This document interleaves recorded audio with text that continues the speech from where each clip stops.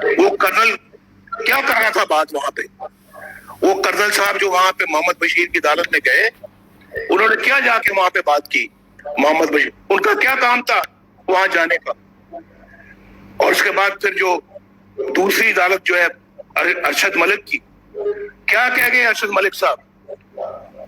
آپ بتائیں، ان کو فارغ کر دیا، وہ تو چلے گئے گھر۔ فیصلہ ابھی تک موجود ہے، فیصلہ معطل نہیں ہوا، فیصلہ ڈسمس نہیں ہوا، وہ ڈسمس ہو گئے، فیصلہ ڈسمس نہیں ہوا۔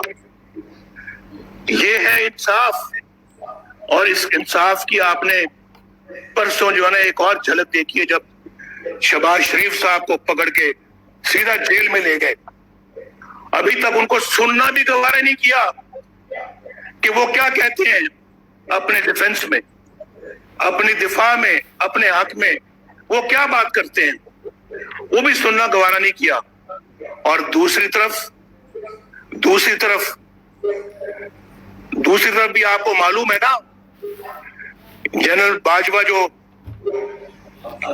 عاصم باجوہ کروڑوں کے ایسٹس اور اثاثے امریکہ میں بنائے ہیں پچھلے 15-20 سالوں میں،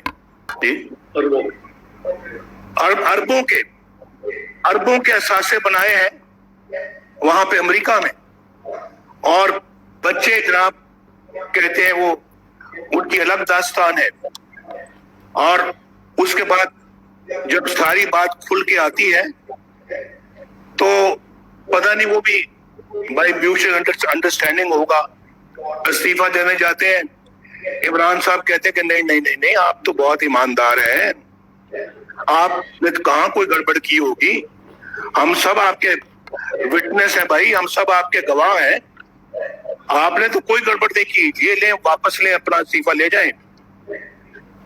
یہ معیار ہے یہاں پر ایمانداری کا اور بے ایمانی کا پاکستان کے اندر۔ یہ سب لوگ جو ہے، یہ جو جدید کشتی جو یہاں پہ جو اپنے لوگ جن کے پاس اللہ تعالیٰ نے اچھے ذرائع دے رکھے ہیں، وہ سب کے سب بے ایمان ہیں، کیونکہ ان کا تعلق جو ہے نا وہ پارلیمنٹ سے ہے، وہ سیاسی پارٹی سے ہے۔ اور یہ لوگ یہ جو اپنا جنہوں نے اثاثے اربوں کے وہاں باہر بنائے ہیں، یہ بنانے کے باوجود ایماندار ہیں۔ یار یہ معیار تو نہیں چلے گا یہاں پر، اور پھر آپ یہ توقع کریں کہ یہ معیار یہ ہو اور پھر نواز شریف خاموش رہے۔ نواز شریف اس مٹی کا نہیں بنا ہوا کہ جو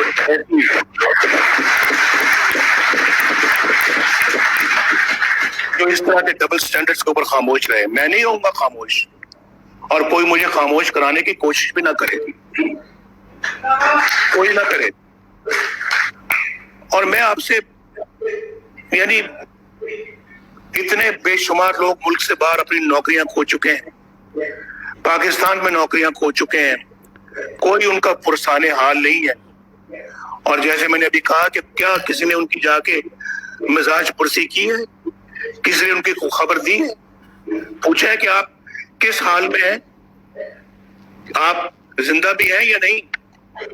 تو بھائی انہوں نے یہ سب، میں نے آپ کو بھی روزگار کی باتیں بتائی، پاکستان کے عوام کی مشکلات کی باتیں بتائی ہیں، لیکن میں یہ سمجھتا ہوں کہ ان سب مشکلات کی ذمہ داری جو ہے وہ عمران خان پر تو عائد ہوتی ہے۔ لیکن بھائی میں بار بار کہتا ہوں، اور آپ بھی مجھ سے بہتر جانتے ہیں بہت سارے، اور آپ اس بات پہ آ جائیں اب آپ بھی، کہ اس کے اصل ذمہ دار جو ہیں وہ لوگ ہیں جو عمران خان کو لائے ہیں۔ آج اس سب چیزوں کا حساب ان کو دینا ہوگا۔ اگر کوئی غریب بھوک سے مرتا ہے، لانے والے بتائیں کہ کیسے ہوا۔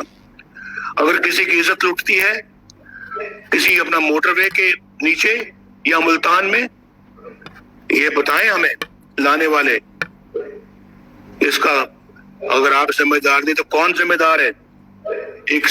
ایک سٹوج ہے آپ کا جو آپ نے وزیر اعظم بنا کر یہاں پہ بٹھایا ہوا ہے، تو آپ ہیں لانے والے، اصل لوگ جنہوں نے الیکشن جیتا تو ان کو ہروانے والے آپ ہیں.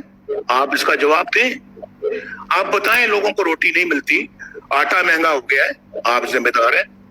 چینی مہنگی ہوگی, آپ ذمہ دار ہیں. بجلی کے بل بم بن کے سروں پہ گرتے ہیں, آپ ذمہ دار ہیں. پاکستان کے لا اینڈ آرڈر کی بگڑتی صورتحال کے آپ ذمہ دار ہیں. معیشت تباہ و برباد ہو گئی, آپ ذمہ دار ہیں. روپیہ گر رہا ہے, آپ ذمہ دار ہیں. ہم $100 چھوڑ کے گئے تھے, آج 170 کا ڈالر ہو گیا ہے, آپ ذمہ دار ہیں. ساؤتھ ایشیا میں سب سے پسماندہ ملک اس وقت پاکستان ہے. ہم سب ایسے پوچھ لیتے ہیں عمران خان ذمہ دار ہے. کئی ڈرتے ہیں, نہیں بات کرتے, یا ڈرتے تھے نہیں کرتے تھے بات. اب نہیں بھائی, اب نہیں, اب آپ ذمہ دار ہیں. یہ ڈالر جو اتنا مہنگا ہو گیا ہے, روپیہ مٹی میں مل گیا ہے, آپ ذمہ دار ہیں. آپ کا یہ بندہ جس کو آپ لے کے آئے ہیں, جو سوغات آپ نے ہمیں دی ہے, اس کے لیے آپ ذمہ دار ہیں. اور دوسری بات یہ کہ انہوں نے عوام کا مینڈیٹ چوری کیا, الیکشنوں میں دھاندلی کی, اور مسلم لیگ جیسے کہ میں نے پہلے کا الیکشن جیت چکی تھی, RTS کے ذریعے سے ہروایا گیا, اور پھر اس کو اپنا لا کے بٹھا دیا, جو سر تسلیم خم کرتا ہے ہر بات پہ, کرسی میں بٹھا دیا ہے. اور اس لیے تو آج یہ ملک کا حال ہوا ہے. یہی وجہ ہے آج پاکستان کی رسوائی کی, یہی وجہ آج پاکستان کی موجودہ صورتحال کی اور معیشت کی تباہی کی. اس لیے تو روز بروز غربت بڑھ رہی ہے, اس لیے تو روز بروز بربادی بڑھ رہی ہے, اور اس لیے تو ہم اقوام عالم میں روز بروز رسوا ہو رہے ہیں, اور پہلے سے زیادہ رسوا ہو رہے ہیں. آج کوئی ہمارے ساتھ کھڑا ہونے کو تیار نہیں ہے, کوئی ملک بھی نہیں. میں پہلے بتا چکا ہوں کہ ریزولوشن پاس کرانے کے لیے بھی ہمارے پاس میجورٹی نہیں ہے. اور پھر اس کے بعد آپ ایک نیا بلاک بنانے کی کوشش کر رہے ہیں OIC کو چھوڑ کر. کس طرف آپ ملک کو لے کے جا رہے ہیں؟ یہ کون اس کو ملک کو آگے کل کو ٹھیک کرے گا؟ کون ہے جو دوبارہ اس ملک کو ٹریک پہ لائے گا؟ بھائی یہ تو سلسلہ الیکشن سے پہلے شروع ہو چکا تھا, یہ تو الیکشنوں کے بعد کی باتیں میں کر رہا ہوں نا, لیکن سلسلہ الیکشن سے پہلے شروع ہو گیا تھا, جب آپ نے نواز شریف کو وزارت عظمیٰ سے فارغ کروا دیا, صرف بیٹے سے تنخواہ نہ لینے پر. بیٹے سے, کسی اور سے نہیں, بیٹے سے تنخواہ نہیں لی, نواز شریف صاحب ڈسمسڈ. اور پھر وزارت عظمیٰ سے نکالنے کے بعد آپ نے اس کے خلاف ریفرنس بنوائے, اس کو سزائیں دلوائیں انہی عدالتوں سے جن کا میں نے آپ کے سامنے بھی ذکر کیا ہے. کہیں سے کوئی کرنل نکلتا ہے, اور کہیں سے جو ہے وہ ایک جنرل نکلتا ہے. کہ اگر آپ نے نواز شریف کو جو ہے وہ باہر نکالا, یا آپ نے اپنا مریم نواز کو بیل دی, ہماری 2 سال کی محنت ضائع ہو جائے گی.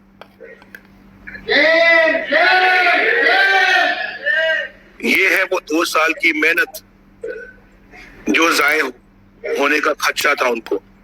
یہی وہ 2 سال کی محنت تھی نا, کہ ISI کے جنرل فیض حمید ان کو ملنے گئے کہ آپ نے نواز شریف کو ضمانت نہیں دینی, نہ اس کی بیٹی کو. اور جب وہ نہیں مانے تو ان کے چیف جسٹس کے پاس چلے گئے اور ان پر دباؤ ڈالا. اور پھر مریم اور نواز شریف کے جو بینچ ہے اس میں شوکت صدیقی کو مت رکھا جائے. پھر آپ کہتے ہو ہم سیاست میں انٹرفیئر نہیں کرتے, ہم مداخلت نہیں کرتے, ہم دوسرے اداروں میں مداخلت نہیں کرتے. پھر یہ اس کو کیا کہتے ہیں؟ اس کو مداخلت کی جگہ کوئی اور نام دیں گے. اور جنرل صاحب کون ہے؟ جنرل فیض حمید ISI کے ڈائریکٹر جنرل ہیں. اور کن کی انسٹرکشن پہ کام کرتے ہیں وہ؟ از خود کرتے ہیں یا کسی سے انسٹرکشن کے آرڈرز لیتے ہیں؟ اور پھر جب وہ میں چلے مانتا ہوں کہ انہوں نے اپنے آپ کیا ہوگا، تو پھر مولانا غفور حیدری صاحب نے جو یہ بات کہی ہے کہ ہمیں جنرل قمر جاوید باجوہ نے کہا، چیف آف آرمی اسٹاف نے، کہ ہمیں نواز شریف کو سارٹ آؤٹ کر لینے دو، اور جو ہم کر رہے ہیں اس کے خلاف آپ اس میں دخل مت دیں، دھرنا آپ ملتوی کریں، ہم جو کر رہے ہیں اس کو نواز شریف کو سارٹ آؤٹ کرنے میں وہ آپ ہمیں اس میں کرنے دیں، اس میں دخل نہ دیں۔ اور یہ اس کا مطلب پھر یہ کہاں سے بات چلتی ہے، کدھر سے چلتی ہے یہ بات؟ یہ سب بھائی اب میں آپ کو بتانا یہ چاہ رہا ہوں کہ یہ ہے وہ جو 2 سال محنت ہوتی رہی ہے، جس کے بارے میں فیض حمید صاحب کہتے ہیں جی کہ ہماری 2 سال کی محنت ضائع ہو جائے گی اگر آپ نے نواز شریف کو اور مریم کو باہر آنے دیا۔ پھر ہم اگر یہ کہتے ہیں کہ الیکشن میں دھاندلی نہیں ہوئی تو ہم سے بڑا کر بیوقوف کون ہو سکتا ہے؟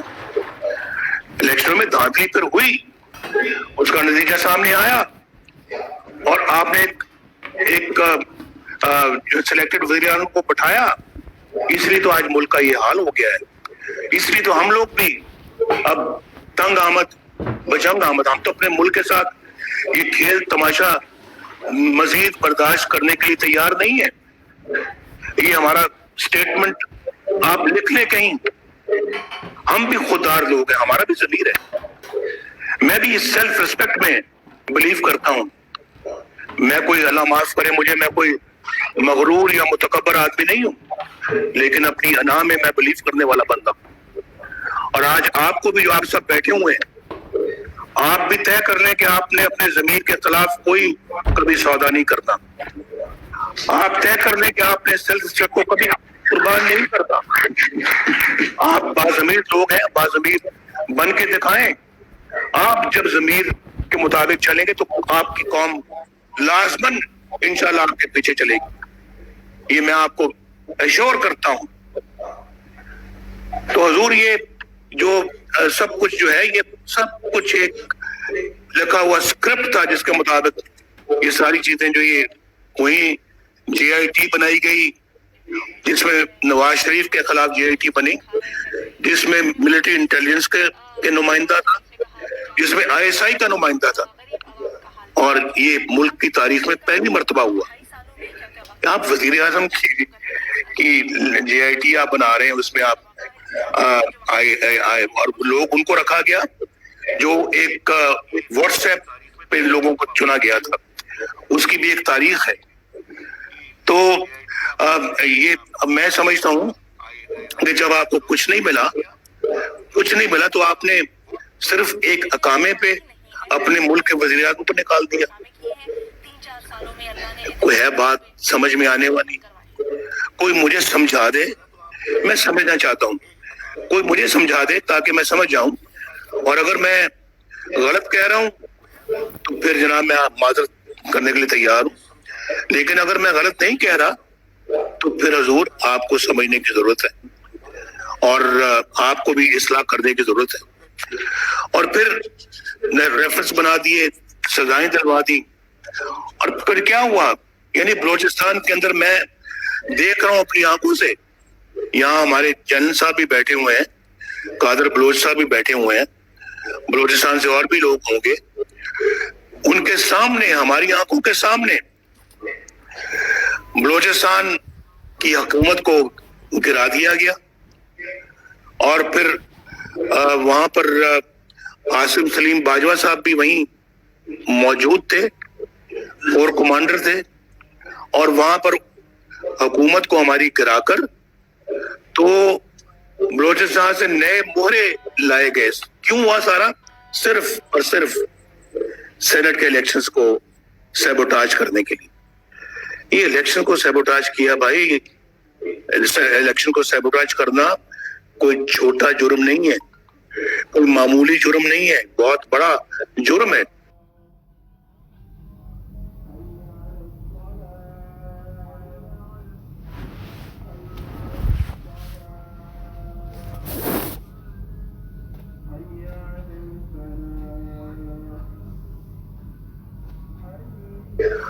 ہمیں لینا پڑے گا. اور وہاں پر ہارس ٹریڈنگ کا بازار گرم کیا اور ان نئے موروں کو جتوا کے ووٹ کو سرے عام بے عزت کیا, سرے عام.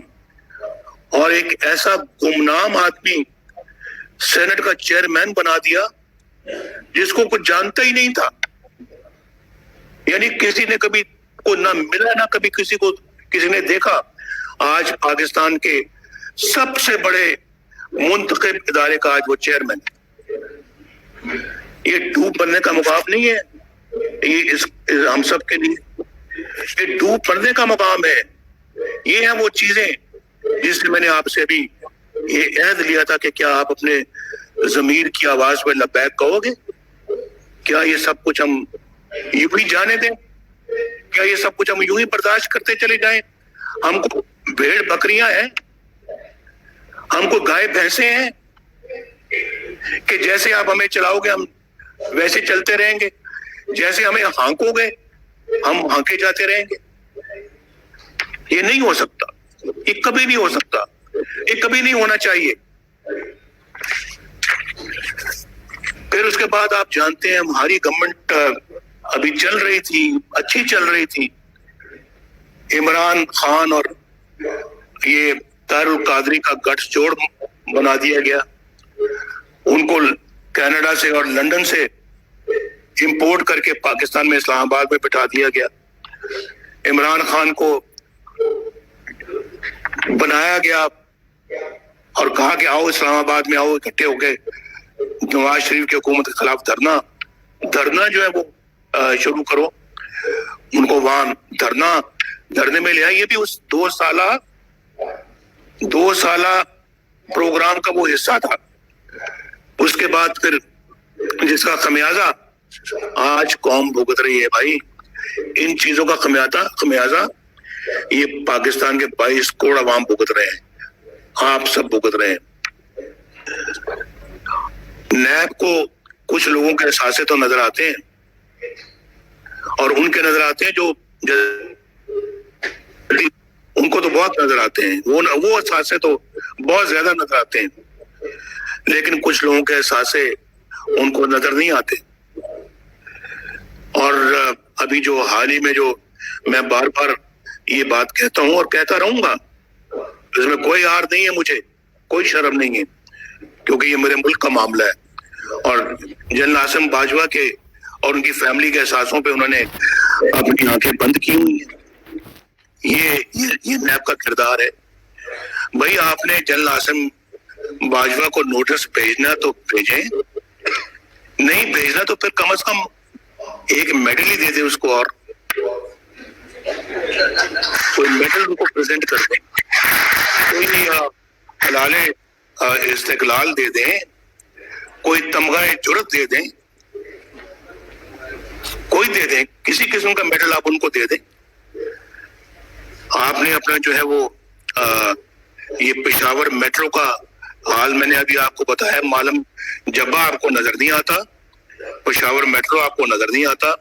اس پہ سٹے لیے ہوئے ہیں, پشاور میٹرو پہ سٹے لیا ہوا ہے کہ جی آپ اس میں انکوائری نہ ہو.